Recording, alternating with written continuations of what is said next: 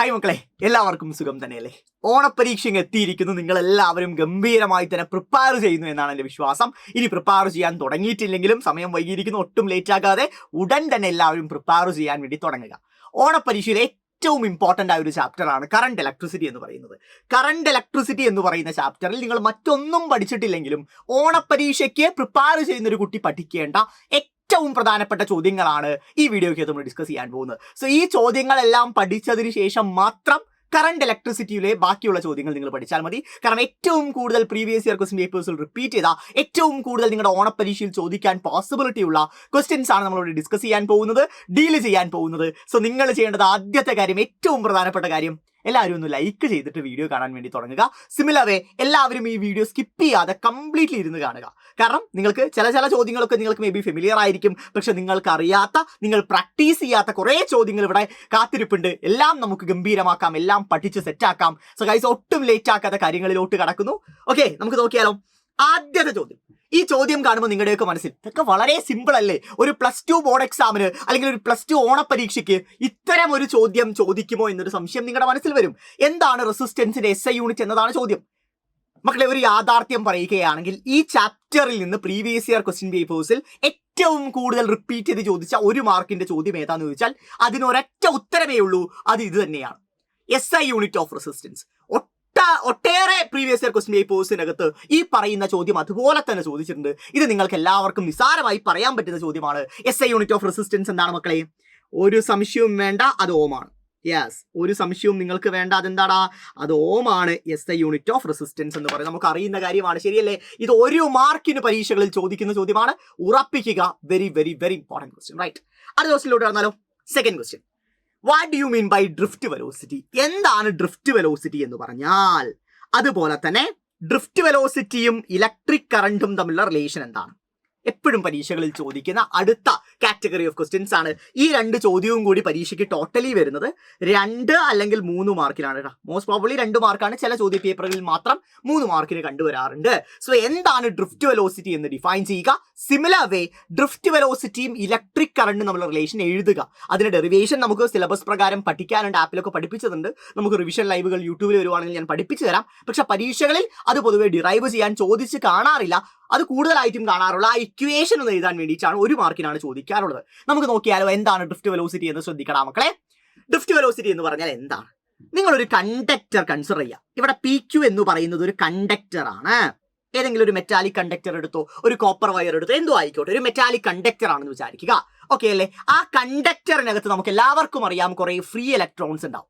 കണ്ടക്ടറിനകത്ത് ഉറപ്പായും കുറെ അധികം ഫ്രീ ഇലക്ട്രോൺസ് ഉണ്ടാവും. സോ ഈ കണ്ടക്ടറിലോട്ട് ഞാനൊരു പൊട്ടൻഷ്യൽ ഡിഫറൻസ് അപ്ലൈ ചെയ്യുകയാണ്, അല്ലെങ്കിൽ ഞാൻ ആ കണ്ടക്ടറിനെ ഒരു സെല്ലുമായിട്ട് കണക്ട് ചെയ്യുകയാണ്. ഞാൻ അവിടെ ഒരു പൊട്ടൻഷ്യൽ ഡിഫറൻസ് എന്ത് ചെയ്യാണ്? അപ്ലൈ ചെയ്യുകയാണ്. ഞാൻ അപ്ലൈ ചെയ്യുന്ന പൊട്ടൻഷ്യൽ ഡിഫറൻസ് എത്രയാണ് മക്കളെ? V എന്ന് പറയുന്ന പൊട്ടൻഷ്യൽ ഡിഫറൻസ് ആണ് ഞാൻ അവിടെ അപ്ലൈ ചെയ്യുന്നത്. ഓക്കെ അല്ലേ? കൃത്യമായിട്ട് മനസ്സിലായില്ലേ? സംശയമൊന്നുമില്ലാലോ. ഒരു കണ്ടക്ടർ ഉണ്ട്, കണ്ടക്ടറിലോട്ട് ഞാനൊരു പൊട്ടൻഷ്യൽ ഡിഫറൻസ് കൊടുക്കുകയാണ്. V എന്ന് പറയുന്ന പൊട്ടൻഷ്യൽ ഡിഫറൻസ് ആണ് ഞാൻ അവിടെ അപ്ലൈ ചെയ്യുന്നത്. Okay, fine. ഓക്കെ, അപ്പോൾ ഉറപ്പായും നിങ്ങൾക്ക് എല്ലാവർക്കും അറിയാം ആ പറയുന്ന കണ്ടക്ടറിൽ ഒരു ഇലക്ട്രിക് ഫീൽഡ് സെറ്റപ്പ് ആവും. സിമിലർ വേ അവിടെ ഒരു കറണ്ട് ഫ്ലോ ചെയ്യാൻ തുടങ്ങും എന്ന കാര്യമൊക്കെ നിങ്ങൾക്ക് എല്ലാവർക്കും അറിയാം. സോ അതിനെ പറ്റിയാണ് പറയുന്നത്, എല്ലാവരും ശ്രദ്ധിക്കുക. സോ ഈ പറയുന്ന കണ്ടക്ടറിന്റെ പോസിറ്റീവ് ടെർമിനലോട് കണക്ട് ചെയ്യപ്പെട്ടിരിക്കുന്ന ആ ഒരു ഭാഗത്തിന് ഏത് ചാർജ് ആയിരിക്കും കിട്ടുക? പോസിറ്റീവ് ചാർജ് ആയിരിക്കും കിട്ടുക. കാര്യം മനസ്സിലായോ? ഈ സെല്ലിന്റെ പോസിറ്റീവ് ടെർമിനലിനോട് കണക്ട് ചെയ്തിരിക്കുന്ന ആ ഒരു ഭാഗത്തിന് കിട്ടുന്ന ചാർജ് എന്താണ്? പോസിറ്റീവ് ചാർജ് ആയിരിക്കും. സിമിലർ വേ നെഗറ്റീവ് ടെർമിനലിനോട് കണക്ട് ചെയ്തിരിക്കുന്ന ഭാഗത്തിന് എന്ത് ചാർജ് ആണ് മക്കളെ കിട്ടുക? നെഗറ്റീവ് ചാർജ് ആണ് കിട്ടുക. സോ P എന്ന് പറയുന്ന ഭാഗത്തിന് പോസിറ്റീവ് ചാർജും Q എന്ന് പറയുന്ന എൻഡിന് നെഗറ്റീവ് ചാർജും ആയിരിക്കും കണ്ടക്ടറിൽ ഡെവലപ്പ് ചെയ്യുക. ഈ കാര്യം ഒന്ന് മനസ്സിലാക്കുക. അടുത്ത കാര്യം പറയട്ടെ, എല്ലാവരും ശ്രദ്ധിക്കുക. ഏറ്റവും പ്രധാനപ്പെട്ട കാര്യമാണ് പറയാൻ പോകുന്നത്, വെരി വെരി ഇമ്പോർട്ടൻറ്റ്. നമുക്കറിയാം നമ്മുടെ ഇലക്ട്രിക് ഫീൽഡിന്റെ ഡയറക്ഷൻ എവിടെ നിന്ന് ഇങ്ങോട്ടാണ്? ഒരു സംശയവും നിങ്ങൾക്ക് വേണ്ട. ഇലക്ട്രിക് ഫീൽഡിന്റെ ഡയറക്ഷൻ പോസിറ്റീവിൽ നിന്ന് നെഗറ്റീവിലോട്ടാണ്, തർക്കമില്ല. ഇലക്ട്രിക് ഫീൽഡിന്റെ ഡയറക്ഷൻ പോസിറ്റീവിൽ നിന്ന് നെഗറ്റീവിലോട്ടാണ്. സോ ഇലക്ട്രിക് ഫീൽഡിന്റെ ഡയറക്ഷൻ ഇതാണ്. സിമിലർ വേ കറണ്ടിന്റെ ഡയറക്ഷൻ എന്താണ് മക്കളെ? അതും പോസിറ്റീവ് ടെർമിനലിൽ നിന്ന് നെഗറ്റീവ് ടെർമിനലിലോട്ടാണ്. കറണ്ടിന്റെ ഡയറക്ഷനും പോസിറ്റീവ് ടെർമിനലിൽ നിന്ന് നെഗറ്റീവ് ടെർമിനലിലോട്ടാണ്. സംശയമില്ലാലോ?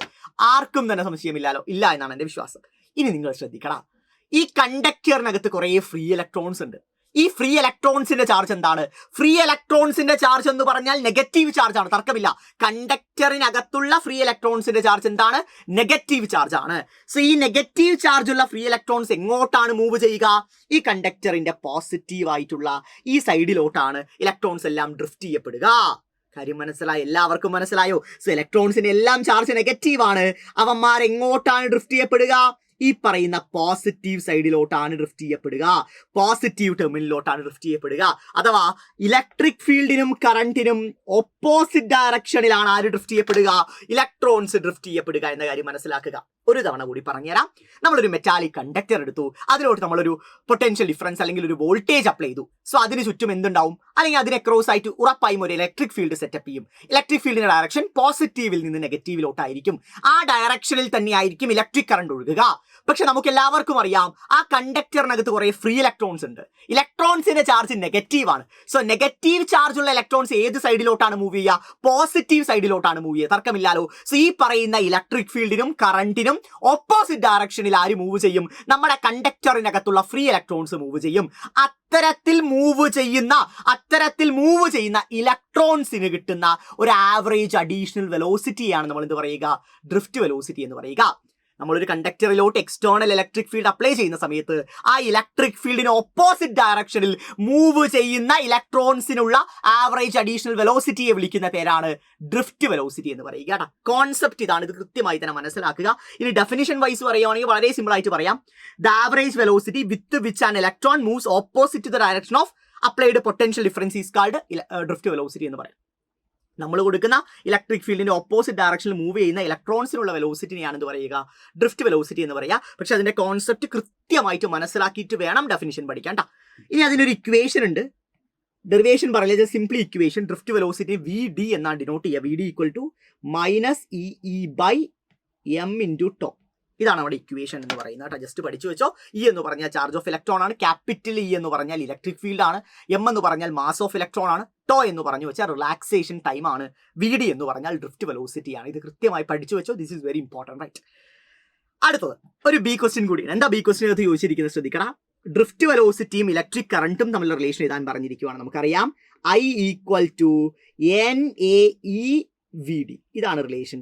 I = NaEVD. എന്നെ വിടൂ എന്ന് പറഞ്ഞിട്ട് പഠിച്ചാൽ എന്നെ വിടൂ എന്ന് പഠിച്ചാൽ മതി. I = NaEVD. ഇതാണ് നമ്മുടെ ഇലക്ട്രിക് കറണ്ടും ഡ്രിഫ്റ്റ് വെലോസിറ്റിയും തമ്മിലുള്ള റിലേഷൻ. ഇതുകൂടി പഠിച്ചു വെക്കണേ, എല്ലാവരും പഠിച്ചു വെക്കണേ. ഇത് ഡ്രിഫ്റ്റ് വെലോസിറ്റിയുടെ ജനറൽ ഇക്വേഷൻ ആണ്. അല്ലെങ്കിൽ ഡ്രിഫ്റ്റ് വെലോസിറ്റിയും റിലാക്സേഷൻ ടൈമും തമ്മിലുള്ള റിലേഷൻ ആണ് ഇത് എന്ന് പറയുന്നത്. ഇത് ഡ്രിഫ്റ്റ് വെലോസിറ്റിയും ഇലക്ട്രിക് കറണ്ടും തമ്മിലുള്ള റിലേഷൻ ആണ്. രണ്ടും പരീക്ഷകളിൽ ചോദിക്കാറുണ്ട്. എന്താണ് ഡ്രിഫ്റ്റ് വെലോസിറ്റി എന്ന കാര്യവും മനസ്സിലാക്കി വെക്കുക. കേട്ടോ, അടുത്ത question. Magnitude of drift velocity per unit electric field എന്താണ്? അഥവാ drift velocity per unit electric field എന്താണ് മക്കളെ? വേഗം പറയണം. നിങ്ങൾക്ക് അറിയാമെന്നാണ് എൻ്റെ വിശ്വാസം. Drift velocity per electric field എന്താണ് മക്കളെ? അതാണ് മൊബിലിറ്റി എന്ന് പറയുന്നത്. ഡ്രിഫ്റ്റ് വെലോസിറ്റി പെർ ഇലക്ട്രിക് ഫീൽഡിനെ വിളിക്കുന്ന പേരാണ് mobility. So it is mobility. Drift velocity per electric ഫീൽഡിനെ വിളിക്കുന്ന പേര് മൊബിലിറ്റി എന്നാണ്. ഇതാ മൊബിലിറ്റി. ക്ലിയർ അല്ലേ?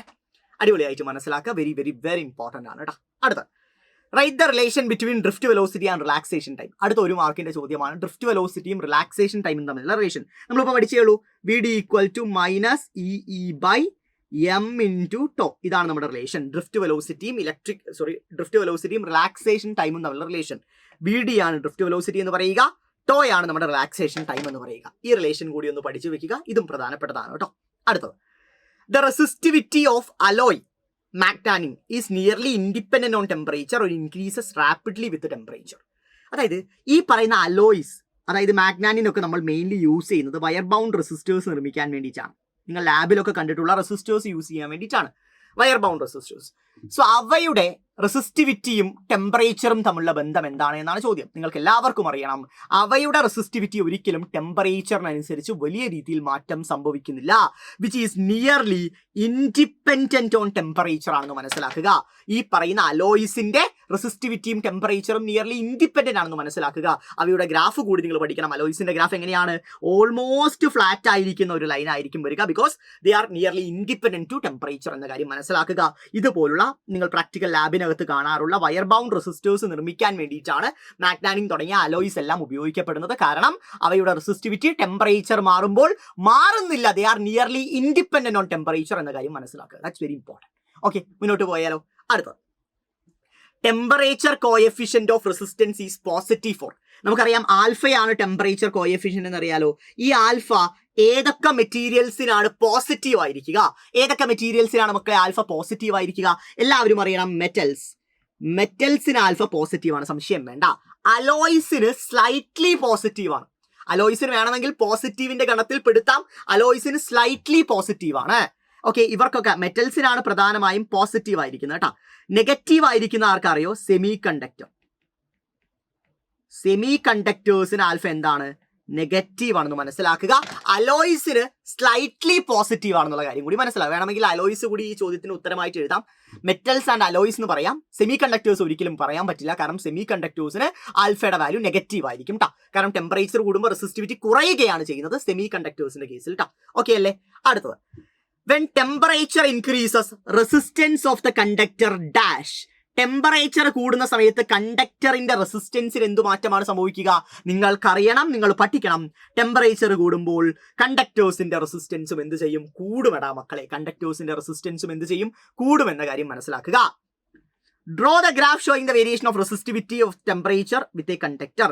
റെസിസ്റ്റിവിറ്റിയും ടെമ്പറേച്ചറും നമ്മളുടെ ഗ്രാഫ് നമ്മളോട് പ്ലോട്ട് ചെയ്യാൻ പറഞ്ഞിരിക്കുകയാണ്. കണ്ടക്ടേഴ്സിന്റെ അല്ലെങ്കിൽ മെറ്റൽസിന്റെ റെസിസ്റ്റിവിറ്റിയും ടെമ്പറേച്ചറും നമ്മളുടെ ഗ്രാഫ് ഇതുപോലെ ആയിരിക്കും, മുകളിലോട്ട് ഇൻക്രീസ് ചെയ്യുന്ന തരത്തിലായിരിക്കും. അതുകൊണ്ടാണ് നമ്മൾ എന്ത് പറയുന്നത്? ആൽഫ ഈസ് പോസിറ്റീവ് എന്ന് പറയുന്നത്. അതുകൊണ്ടാണ് എന്ത് പറയുന്നത്? ആൽഫ ഈസ് പോസിറ്റീവ് എന്ന് പറയുന്നത്. ടെമ്പറേച്ചർ കൂടുമ്പോൾ റെസിസ്റ്റിവിറ്റി കൂടുന്നു. ടെമ്പറേച്ചർ കൂടുമ്പോൾ റെസിസ്റ്റിവിറ്റി കൂടുന്നു. അതുകൊണ്ടാണ് മക്കളെ നമ്മൾ എന്ത് പറയുന്നത്? ഇവിടെ ആൽഫ പോസിറ്റീവ് ആണെന്ന് പറയുന്നത്. ഇവിടെ ആൽഫ പോസിറ്റീവ് ആണെന്ന് പറയുന്നത്. This is very very very important. Right, മുന്നോട്ട് പോവാം. Yes guys, we are moving forward. അടുത്തത്, ഈ നൽകിയിരിക്കുന്ന മെറ്റീരിയൽസ് ഏതൊക്കെയാണെന്ന് ഐഡന്റിഫൈ ചെയ്യുക. നോക്കടാ, ഇവരെ ടെമ്പറേച്ചർ ആണ് എക്സ് ആക്സിസിൽ ഉള്ളത്, വൈ ആക്സിസിൽ റെസിസ്റ്റിവിറ്റി ആണ്. കാണുമ്പോൾ തന്നെ നിങ്ങൾക്ക് മനസ്സിലാവുന്നുണ്ട്. ഒന്നാമത്തെ ഗ്രാഫിൽ സ്ലൈറ്റ്ലി ഫ്ലാറ്റ് ആയ ഗ്രാഫാണ്. അതായത് almost independent on temperature. Resistivity is almost independent on temperature. അത് ഏത് മെറ്റീരിയൽസിനെയാണ് മക്കളെ? ഒരു സംശയവും നിങ്ങൾക്ക് വേണ്ട, അത് അലോയ്സിന്റെ കാര്യത്തിലാണ്. അടുത്ത സെക്കൻഡ് ഗ്രാഫ് നോക്കടാ. ടെമ്പറേച്ചറും റെസിസ്റ്റിവിറ്റിയും ഇൻവേഴ്സ്ലി പ്രപ്പോർഷണൽ ആണ്. ആയിരിക്കുന്ന മെറ്റീരിയൽ ഏതാണ് മക്കളെ? അത് സെമി കണ്ടക്ടേഴ്സ് ആണ്. കൃത്യമായി മനസ്സിലാക്കുക, അത് സെമി കണ്ടക്ടേഴ്സ് ആണ്. സോ ഇതുപോലുള്ള ഗ്രാഫ് ഐഡന്റിഫൈ ചെയ്യാൻ വേണ്ടി ചോദിക്കാറുണ്ട്. വളരെ വളരെ വളരെ ഇമ്പോർട്ടന്റ് ആണ് കേട്ടോ. അടുത്തത്, ഇന്റേണൽ റെസിസ്റ്റൻസ് ഓറിയന്റഡ് ആയൊരു ചോദ്യമാണ്. സോ ഈ ചോദ്യത്തിന് മുൻപായിട്ട് ഞാൻ എന്താണ് ഇന്റേണൽ റെസിസ്റ്റൻസ് എന്നൊരു ചോദ്യം കൂടി നിങ്ങൾക്ക് പ്ലേസ് ചെയ്ത് തരാം. എന്നിട്ട് നമുക്ക് ഈ ന്യൂമറിക്കൽ ചെയ്യാം. അതാണ് കുറച്ചുകൂടി നല്ലത്. നമുക്ക് നേരിട്ട് ഇത് ചെയ്യുന്നതിനപ്പുറം ഫസ്റ്റ് ഓഫ് ഓൾ നമുക്ക് 1 സെക്കൻഡ് റെഡി. ശ്രദ്ധിക്കാം. ആദ്യം നമുക്ക് എന്താണ് ഇന്റേണൽ റെസിസ്റ്റൻസ് എന്ന് മനസ്സിലാക്കാം. എന്താണ് മക്കളെ ഇന്റേണൽ റെസിസ്റ്റൻസ് എന്ന് പറഞ്ഞു വെച്ചാൽ? നിങ്ങൾ എല്ലാവരും അറിഞ്ഞിരിക്കേണ്ട കാര്യമാണ് ഇന്റേണൽ റെസിസ്റ്റൻസ് എന്ന് പറഞ്ഞാൽ. ഈ പറയുന്ന ബാറ്ററിയും സെല്ലും ഒക്കെ ഉണ്ടാക്കിയിരിക്കുന്നത് എന്തുകൊണ്ടാണ്? അവയെല്ലാം മാനുഫാക്ചർ ചെയ്തിരിക്കുന്നത് കെമിക്കൽ സബ്സ്റ്റൻസ് ഉപയോഗിച്ചാണ്. ശരിയല്ലേ? ബാറ്ററി ആണെങ്കിലും സെല്ലാണെങ്കിലും ഒക്കെ നിർമ്മിച്ചിരിക്കുന്നത് കെമിക്കൽ സബ്സ്റ്റൻസ് ഉപയോഗിച്ചാണ്. ഉദാഹരണം പറയുവാണെങ്കിൽ ഇലക്ട്രോലൈറ്റ് ഒക്കെ ഉപയോഗിച്ചാണ് ഈ പറയുന്ന ബാറ്ററിയും സെല്ലെല്ലാം ഉണ്ടാക്കിയിരിക്കുന്നത്. അവ മാനുഫാക്ചർ ചെയ്യുന്ന സമയത്ത് തന്നെ ഈ പറയുന്ന കെമിക്കൽസ് മൂലം ഈ ബാറ്ററി അല്ലെങ്കിൽ സെല്ലിന് ഒരു ഇൻബിൽഡ് റെസിസ്റ്റൻസ് ഉണ്ടായിരിക്കും. കൃത്യമായി മനസ്സിലാക്കുക. ബാറ്ററിയും സെല്ലും ഒക്കെ ഉണ്ടാക്കിയിരിക്കുന്നത് ഇലക്ട്രോലൈറ്റ്സും ഇലക്ട്രോഡും മൂലമാണ്. ഇവയെല്ലാം കെമിക്കൽ സബ്സ്റ്റൻസ് ആണ്. അതിനാൽ തന്നെ ഇവ നിർമ്മിക്കുമ്പോൾ തന്നെ ഈ വസ്തുക്കൾക്ക് ഒരു ഇൻബിൽഡ് റെസിസ്റ്റൻസ് ഉണ്ടായിരിക്കും. അവ മാനുഫാക്ചറിങ് ചെയ്യുന്ന സമയത്ത് തന്നെ അവയ്ക്ക് ഒരു ഇൻബിൽഡ് റെസിസ്റ്റൻസ് ഉണ്ടായിരിക്കും. ആ ഇൻബിൽഡ് റെസിസ്റ്റൻസിനെ വിളിക്കുന്ന പേരാണ് ഇന്റേണൽ റെസിസ്റ്റൻസ് എന്ന് പറയുക. ഇൻബിൽഡ് റെസിസ്റ്റൻസിനെ വിളിക്കുന്ന പേരാണ് ഇന്റേണൽ റെസിസ്റ്റൻസ്. അവ നിർമ്മിക്കുമ്പോൾ അവയിലുള്ള കെമിക്കൽസ് മൂലം ഉണ്ടാവുന്ന വളരെ ചെറിയ തോതിലുള്ള റെസിസ്റ്റൻസിനെയാണ് ഇന്റേണൽ റെസിസ്റ്റൻസ് എന്ന് പറയുക. സോ എല്ലാ ബാറ്ററിക്കും സെല്ലിനും ഈ പറയുന്ന ഇന്റേണൽ റെസിസ്റ്റൻസ് ഉണ്ടായിരിക്കും. റൈറ്റ്. അടുത്ത, what are the factors which affects the internal resistance of the cell? Internal റെസിസ്റ്റൻസിനെ അഫക്റ്റ് ചെയ്യുന്ന ഫാക്ടേഴ്സ് ഏതൊക്കെയാണ്? നിങ്ങൾക്ക് എല്ലാവർക്കും അറിയേണ്ടതാണ് കേട്ടോ. ഇന്റേണൽ റെസിസ്റ്റൻസിനെ അഫക്റ്റ് ചെയ്യുന്ന ഫാക്ടേഴ്സ് ഏത് നോക്കടാ. Nature of electrolyte and electrode. ഇലക്ട്രോലൈറ്റിന്റെയും ഇലക്ട്രോഡിന്റെയും നേച്ചർ അതിനെ അഫക്റ്റ് ചെയ്യും. ഡിസ്റ്റൻസ് ബിറ്റ്വീൻ ദ ഇലക്ട്രോഡുകൾ തമ്മിലുള്ള അകലം ഈ പറയുന്ന ഇന്റേണൽ റെസിസ്റ്റൻസിനെ അഫക്റ്റ് ചെയ്യും. ടെമ്പറേച്ചർ, ഈ പറഞ്ഞ ഇലക്ട്രോഡും ഇലക്ട്രോലൈറ്റും ഒക്കെ മെയിൻറ്റെയിൻ ചെയ്തിരിക്കുന്ന ടെമ്പറേച്ചർ അതൊക്കെ ഈ പറയുന്ന ഇന്റേണൽ റെസിസ്റ്റൻസിനെ അഫക്ട് ചെയ്യുമെന്ന കാര്യം മനസ്സിലാക്കുക. This very important. പരീക്ഷകളൊക്കെ ചോദിക്കാറുണ്ട്. ഇത് ഒരു 3 മാർക്കിന്റെ ചോദ്യമാണ്. എന്താണ് ഇന്റേണൽ റെസിസ്റ്റൻസ്, അതുപോലെ ഇന്റേണൽ റെസിസ്റ്റൻസിനെ അഫക്ട് ചെയ്യുന്ന ഫാക്ടേഴ്സ് ഏതൊക്കെയാണെന്ന ചോദ്യം വളരെ ലളിതമായ ചോദ്യമാണ്, പഠിക്കേണ്ടതാണ്. സോ ഈ പറയുന്ന സെല്ലും ബാറ്ററിയും നിർമ്മിക്കുന്ന സമയത്ത് അവയിലുള്ള കെമിക്കൽസ് മൂലം ഉണ്ടാവുന്ന റെസിസ്റ്റൻസിനെയാണ് ഇന്റേണൽ റെസിസ്റ്റൻസ് പറയുക. അവയെ അഫക്ട് ചെയ്യുന്ന ഫാക്ടേഴ്സ് പ്രധാനമായിട്ടും നേച്ചർ ഓഫ് ഇലക്ട്രോഡും ഇലക്ട്രോലൈറ്റുമാണ്. ഇലക്ട്രോഡുകൾ തമ്മിലുള്ള അകലമാണ്. സിമിലർ വേ ടെമ്പറേച്ചർ ആണ്. Very very very important. പഠിക്കണം. ഓണപരീക്ഷയിൽ ഉറപ്പുള്ള ചോദ്യമാണ് കേട്ടോ. അടുത്ത നെക്സ്റ്റ് ഞാൻ പറഞ്ഞ പോലെ ഒരു ന്യൂമറിക്കൽ ക്വസ്റ്റ്യൻ ആണ്. ഈ പറയുന്ന പോലെ ഇന്റേണൽ റെസിസ്റ്റൻസും കറണ്ടും EMF എല്ലാം തമ്മിൽ റിലേറ്റ് ചെയ്യുന്ന ഒരു ന്യൂമറിക്കൽ ക്വസ്റ്റ്യൻ. ശ്രദ്ധിക്കണം.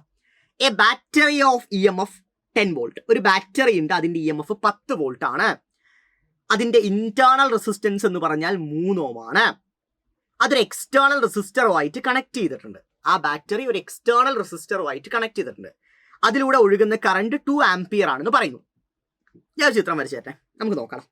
ഇതൊരു ബാറ്ററിയാണെന്ന് വിചാരിക്കാം. ഓക്കെ, ഈ ബാറ്ററിയുടെ പ്രത്യേകത അവൻ ഒരു എക്സ്റ്റേണൽ റെസിസ്റ്ററുമായിട്ട് കണക്ട് ചെയ്തിട്ടുണ്ട്. പിടിച്ചോ, പോസിറ്റീവ് ടെർമിനൽ നെഗറ്റീവ് ടെർമിനൽ ആണെന്ന് വിചാരിക്കാം. ഇതിലൂടെ ഒരു കറണ്ട് ഒഴുകുന്നുണ്ടെന്ന് വിചാരിക്കാം. I എന്ന് പറയുന്ന കറണ്ട് ഒഴുകുന്നുണ്ട്. ഇതാണ് നമ്മുടെ റെസിസ്റ്റർ കേട്ടോ. ഓക്കെ, ഇവിടെ അവരെല്ലാത്തിൻ്റെയും വാല്യൂസ് നമുക്ക് ഗിവൺ ആണ്. നോക്കണം മക്കളെ, എന്തൊക്കെയാണ് നൽകിയിരിക്കുന്നത്. ഈ പറയുന്ന ബാറ്ററിയുടെ EMF, ബാറ്ററിയുടെ EMF എത്രയാണ് അവർ നൽകിയിരിക്കുന്നത്. EMF of the battery equal to 10 volt.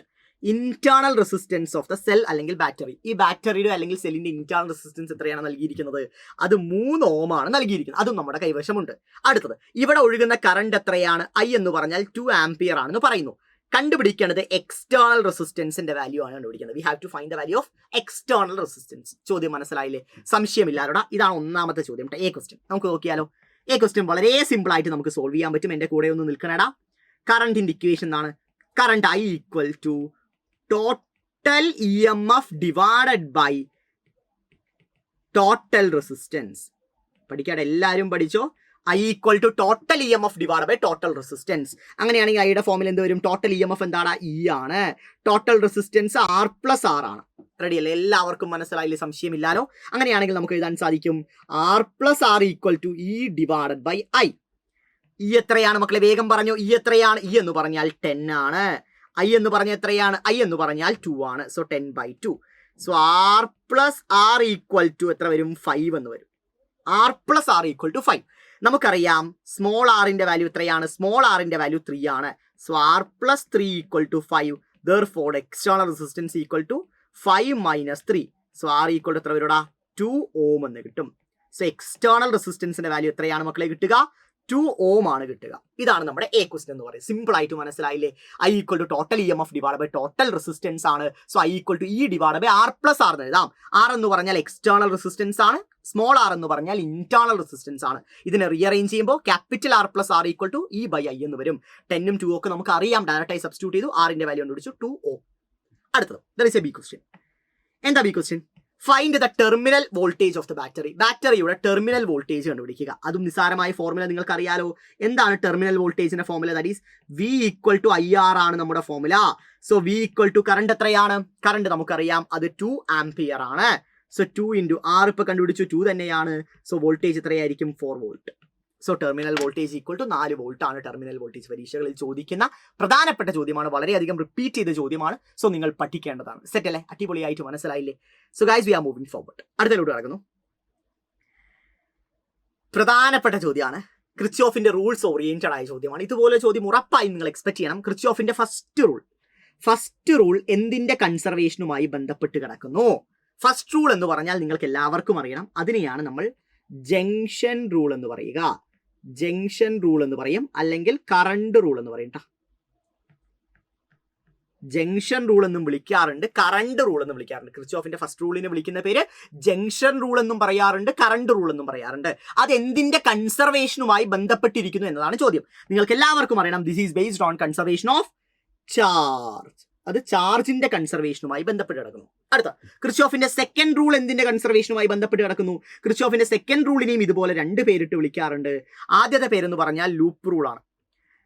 Loop rule. രണ്ടാമത്തെ പേരെന്ന് പറഞ്ഞാൽ വോൾട്ടേജ് റൂൾ ആണ് കേട്ടോ. ഈ രണ്ടു പേരും നിങ്ങൾ മനസ്സിനകത്ത് ഉറപ്പിച്ച് വെക്കുക. ക്രിച്ച്ഹോഫിന്റെ സെക്കൻഡ് റൂളിനെ രണ്ട് പേരിട്ട് വിളിക്കാറുണ്ട്. ലൂപ്പ് റൂളും സിമിലർ വേ വോൾട്ടേജ് റൂളും എന്തായാലും പഠിച്ചു വെക്കുക കേട്ടോ. ഓക്കെ, സോ അത് എന്തിന്റെ കൺസർവേഷനുമായി ബന്ധപ്പെട്ട് കിടക്കുന്നു മക്കളെ? This is based on conservation of energy. അവൻ കൺസർവേഷൻ ഓഫ് എനർജിയുടെ അടിസ്ഥാനമായി ബന്ധപ്പെട്ട് കിടക്കുന്നു. ക്ലിയർ അല്ലേ? ക്രിച്ച്ഹോഫിന്റെ ഫസ്റ്റ് റൂള് ചാർജിന്റെ കൺസർവേഷനുമായി ബന്ധപ്പെട്ടിരിക്കുന്നു. ക്രിച്ച്ഹോഫിന്റെ സെക്കൻഡ് റൂള് എനർജിയുടെ കൺസർവേഷനുമായി ബന്ധപ്പെട്ടിരിക്കുന്നു. ഈ കാര്യം മനസ്സിൽ ഉറപ്പിക്കുക, പഠിക്കുക. Very very very important one, right? പഠിക്കേണ്ടതാണ് കേട്ടോ. Next one, state Kirchhoff rules. ക്രിച്ച്ഹോഫിന്റെ റൂൾസ് സ്റ്റേറ്റ് ചെയ്യാനാണ് അടുത്ത ചോദ്യം. സോ രണ്ട് റൂൾസും സ്റ്റേറ്റ് ചെയ്യാൻ നിങ്ങൾക്ക് എല്ലാവർക്കും അറിയണം. ഒന്നാമത്തെ നമുക്ക് എല്ലാവർക്കും അറിയാം, ജംഗ്ഷൻ റൂളും ഉണ്ട്, ലൂപ്പ് റൂളും ഉണ്ട്, അഥവാ കറണ്ട് റൂളും ഉണ്ട്, വോൾട്ടേജ് റൂളും ഉണ്ട്. എല്ലാവരും അറിഞ്ഞിരിക്കണം. സോ ആദ്യം ജംഗ്ഷൻ റൂൾ സിമ്പിൾ ആയിട്ട് പറഞ്ഞു തരണം. വലിയ കോംപ്ലിക്കേഷൻ ഒന്നുമില്ല, ഈസി ആയി തന്നെ പറഞ്ഞുതരാം. ഒരു ജംഗ്ഷൻ എടുത്തു വിചാരിക്കാം. സർക്യൂട്ടിന്റെ ജംഗ്ഷൻ ആണ് കേട്ടോ. ഓക്കെ, സർക്യൂട്ടിന് നമ്മളൊരു ജംഗ്ഷൻ എടുത്തു വിചാരിക്കാം. ആ ജംഗ്ഷനാണ് ഇപ്പോൾ ഞാൻ കാണിച്ചിരിക്കുന്നത്. ഈ ജംഗ്ഷനിലോട്ട് കുറേ കറണ്ടുകൾ വരുന്നുണ്ടെന്ന് വിചാരിക്കുക. നമുക്ക് കുറച്ച് കറണ്ട് വരച്ചാലോ? വരയ്ക്കാം. ഇപ്പൊ I1 എന്ന് പറയുന്ന കറണ്ട് ജംഗ്ഷനിലോട്ട് വരുന്നു. I2 എന്ന് പറയുന്ന കറണ്ടും ജംഗ്ഷനിലോട്ട് വരുന്നു. ജംഗ്ഷനിൽ നിന്ന് പോകുന്ന കറണ്ട് ഏതൊക്കെയാണ്? I3 എന്ന് പറയുന്ന കറണ്ട് ജംഗ്ഷനിൽ നിന്ന് പോകുന്നു. I4 എന്ന് പറയുന്ന കറണ്ട് ജംഗ്ഷനിൽ നിന്ന് പോകുന്നു. I5 എന്ന് പറയുന്ന കറണ്ടും ജംഗ്ഷനിൽ നിന്ന് പോകുന്നു. ക്ലിയർ അല്ലേ? Current entering to the junction ഏതൊക്കെയാണ്? I1 ഉം I2 ആണ്. Current leaving from the junction ഏതൊക്കെയാണ്? I3 ഉം I4 ഉം I5 ഉം ആണ്. സോ ഇക്വേഷൻ എങ്ങനെ എഴുതാം? സിമ്പിൾ ആണ് ജംഗ്ഷൻ റൂൾ പറയുന്നത്. എത്രത്തോളം കറണ്ട് ജംഗ്ഷനിലോട്ട് വരുന്നുവോ അതിന് തുല്യമായ കറണ്ട് ജംഗ്ഷനിൽ നിന്ന് പോകുമെന്നാണ് പറയുന്നത്. The amount of current entering the junction will be equal to amount of current leaving from the junction ആണ്. അങ്ങനെയാണെങ്കിൽ നമുക്ക് എങ്ങനെ എഴുതാം ഇക്വേഷൻ? I1 പ്ലസ് I2, ഇതാണ് കറണ്ട് എൻറ്ററിംഗ് ദ ജംഗ്ഷൻ. അത് എന്തിന് ഈക്വലന്റ് ആയിരിക്കും? Current leaving from the junction equivalent ആയിരിക്കും. That is I3 plus I4 plus I5 equal ആയിരിക്കും. കാര്യം മനസ്സിലായില്ലേ? കൃത്യമായി മനസ്സിലായില്ലേ? അതല്ലെങ്കിൽ നമുക്ക് എങ്ങനെ എഴുതാൻ സാധിക്കും? The sum of the current in the junction will be equal to 0. അതായത് algebraic sum of the current in the junction will be equal to 0. ജംഗ്ഷനിൽ കറണ്ട് ഒന്നും ഉണ്ടാവില്ല. വരുന്ന കറണ്ട് കംപ്ലീറ്റ്ലി ജംഗ്ഷനിൽ നിന്ന് ലീവ് ചെയ്ത് പോകും. ജംഗ്ഷനിൽ കറണ്ട് ഒന്നും ഉണ്ടായിരിക്കില്ല. അതായത് I1 പ്ലസ് I2 എന്തിന് ഈക്വലന്റ് ആയിരിക്കും? I3 plus I4 plus I5 equivalent ആയിരിക്കും. എത്രത്തോളം കറണ്ട് ജംഗ്ഷനിലോട്ട് വരുന്നുവോ അത്രയും കറണ്ട് ജംഗ്ഷനിൽ നിന്ന് പോവും എന്ന കാര്യം മനസ്സിലാക്കുക. Very very very important one, right? നമുക്ക് അടുത്തായിട്ട് ലൂപ്പ് റൂളിലോട്ട് കിടക്കാം. നെക്സ്റ്റ് വൺ ആണ് ലൂപ്പ് റൂൾ. വളരെ സിമ്പിൾ ആയ റൂളാണ്.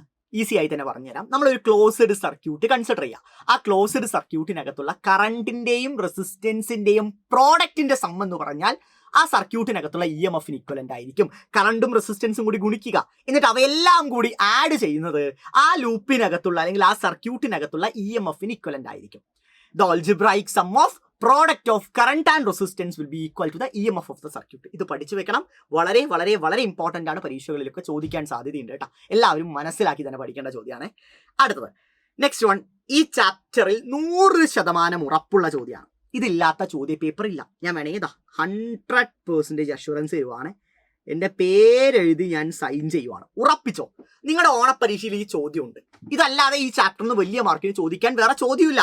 ഈ ചോദ്യം ഏതോ 3 മാർക്ക് അല്ലെങ്കിൽ 4 മാർക്കിന് 100% ഉറപ്പുള്ള ചോദ്യമാണ്. 100% ഷുവറായ ക്വസ്റ്റ്യൻ ആണ്. പഠിക്കേണ്ട ചോദ്യമാണ്.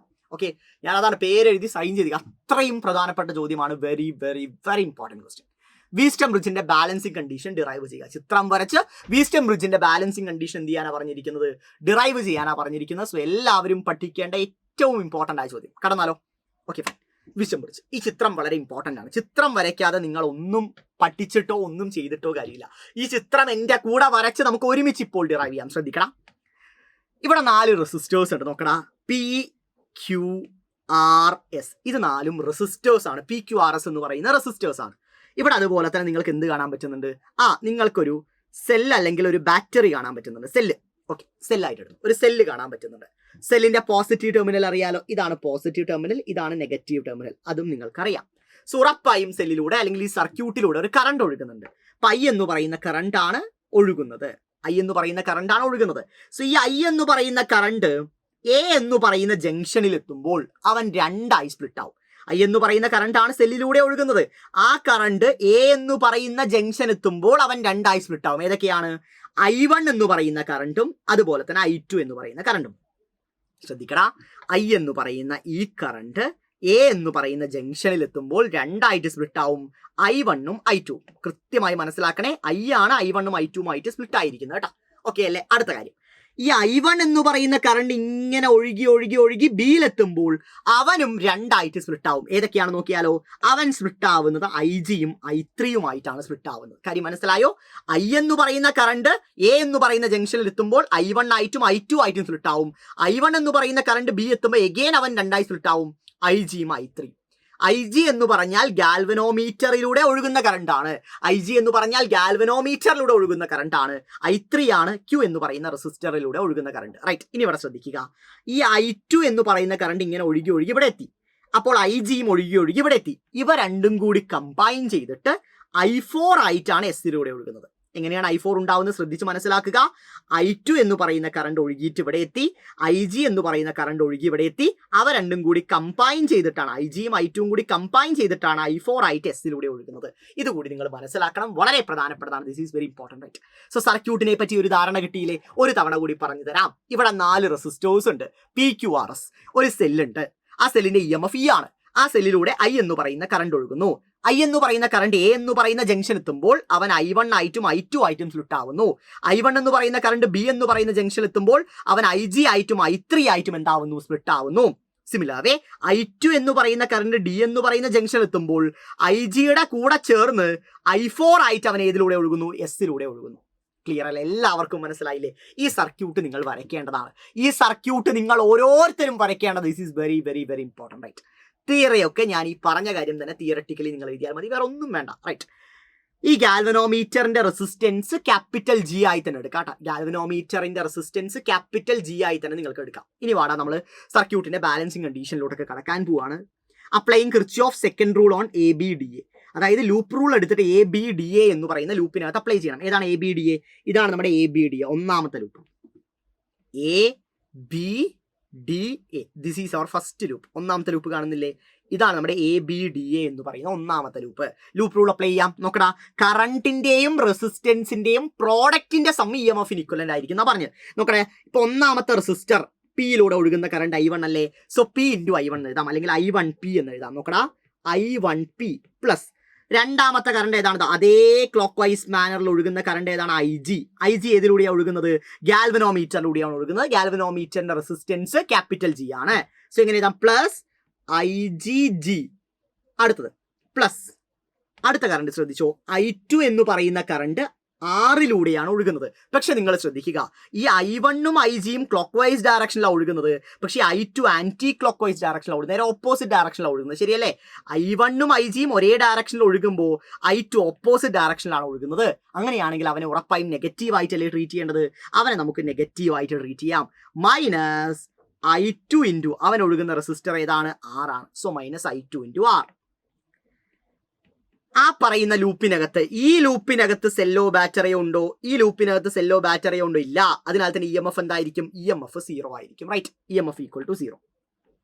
കൃത്യമായി മനസ്സിലായില്ലേ? ഇതിന് ഇക്വേഷൻ നമ്പർ 1 എന്ന് കൊടുക്കാം. ശ്രദ്ധിക്കടാ മക്കളെ, I1 എന്ന് പറയുന്ന കറണ്ട് P-യിലൂടെ ഒഴുകുന്നു. IG എന്ന് പറയുന്ന കറണ്ട് G റെസിസ്റ്റൻസ് ഉള്ള ഗാൽവനോമീറ്ററിലൂടെ ഒഴുകുന്നു. I2 എന്ന് പറയുന്ന കറണ്ട് ഓപ്പോസിറ്റ് ഡയറക്ഷനിൽ R-ലൂടെ ഒഴുകുന്നു. അതുകൊണ്ടാണ് മൈനസ് I2R എന്ന് കൊടുത്തത് കേട്ടോ. ക്ലിയർ അല്ലേ? = 0. സെല്ലും ബാറ്ററിയും ഇല്ലാത്തതുകൊണ്ട് = EMF 0. അടുത്തത് നെക്സ്റ്റ് ലൂപ്പ് കൺസിഡർ ചെയ്യണം, BCDB. രണ്ടാമത്തെ ലൂപ്പ് കേട്ടോ, സെക്കൻഡ് ലൂപ്പാണ് BCDB. ഇതാണ് നമ്മുടെ സെക്കൻഡ് ലൂപ്പ് എന്ന് പറയും. അതിനകത്ത് ലൂപ്പ് റൂൾ അപ്ലൈ ചെയ്യാം. സോ ക്ലോക്ക് വൈസ് ഡയറക്ഷനിൽ ഒഴുകുന്ന I3 ആണ്. I3 Q-യിലൂടെയാണ് ഒഴുകുന്നത്. നമുക്ക് എഴുതാലോ?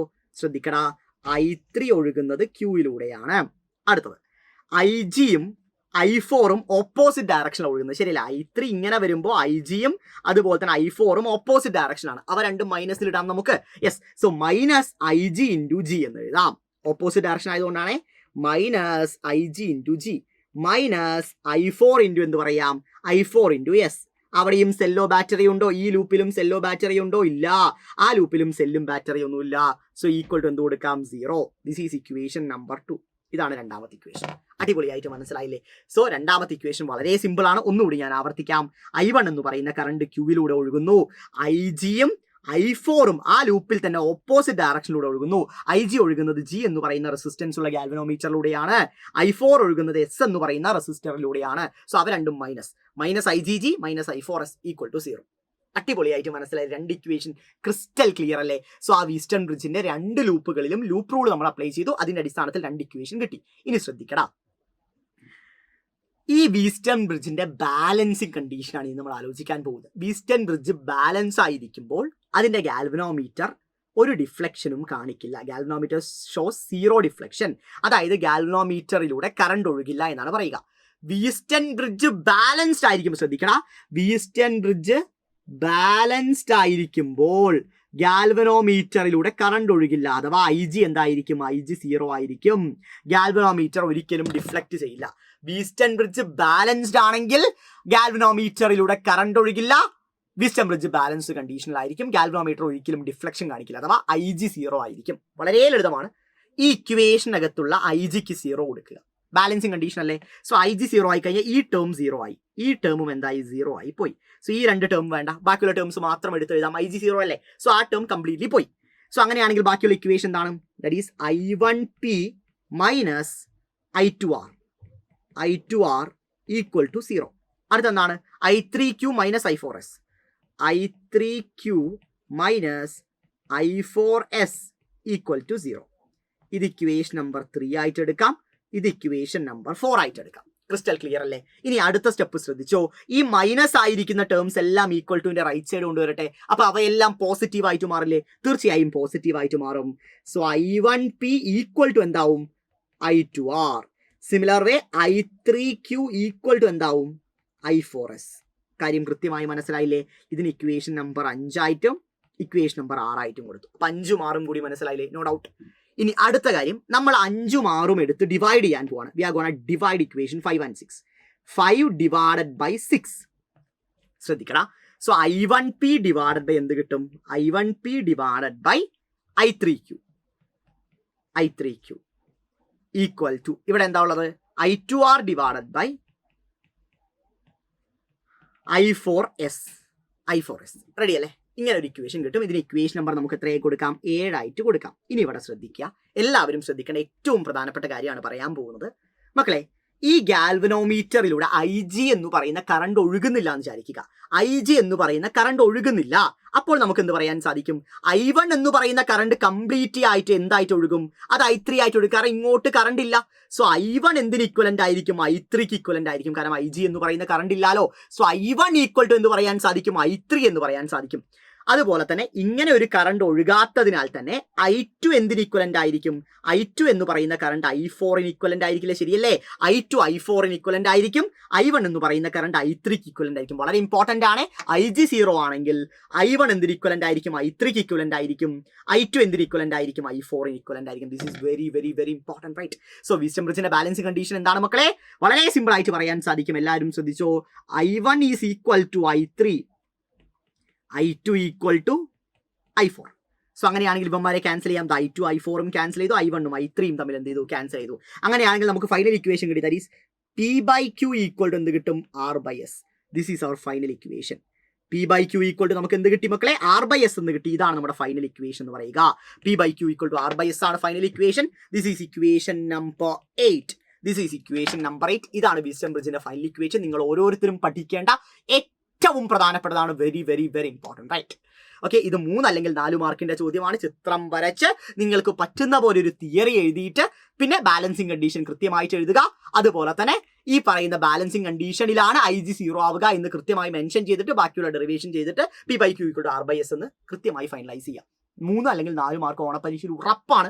100% ഉറപ്പാണ്. ഇനി ആര് ചോദ്യ പേപ്പർ ഇട്ടാലും, ഗവൺമെന്റ് തന്നാലും സ്കൂളിലുള്ള ടീച്ചേഴ്സ് ഇട്ടാലും ആര് തന്നെ ഇട്ടാലും ഈ പറയുന്ന ചോദ്യം ഇല്ലാതെ ചോദ്യ പേപ്പർ ഇടില്ല. വാക്ക് തരുന്നു കേട്ടോ.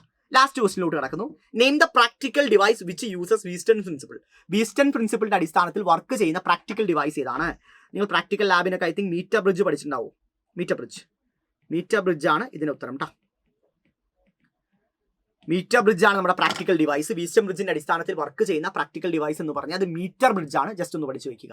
സോ മക്കളെ, കറണ്ട് ഇലക്ട്രിസിറ്റിയിൽ നിന്ന് ഏറ്റവും പ്രധാനപ്പെട്ട ചോദ്യങ്ങൾ ഇവയൊക്കെയാണ്. സോ ഈ ചോദ്യങ്ങൾ മാത്രം പഠിച്ച് പരീക്ഷയ്ക്ക് പോകണമെന്നല്ല പറയുന്നത്. ഈ ചോദ്യം പഠിക്കാതെ ഒരിക്കലും നിങ്ങൾ പരീക്ഷയ്ക്ക് പോകരുത്. സോ ഫസ്റ്റ് പ്രയോറിറ്റി ഈ ചോദ്യങ്ങൾക്ക് കൊടുക്കുക. എന്നിട്ട് ഈ ചോദ്യങ്ങളെല്ലാം പഠിക്കുക. അതിനുശേഷം ഈ ചാപ്റ്ററിലുള്ള ബാക്കിയുള്ള ചോദ്യങ്ങളും കോൺസെപ്റ്റുകളും പഠിക്കുക.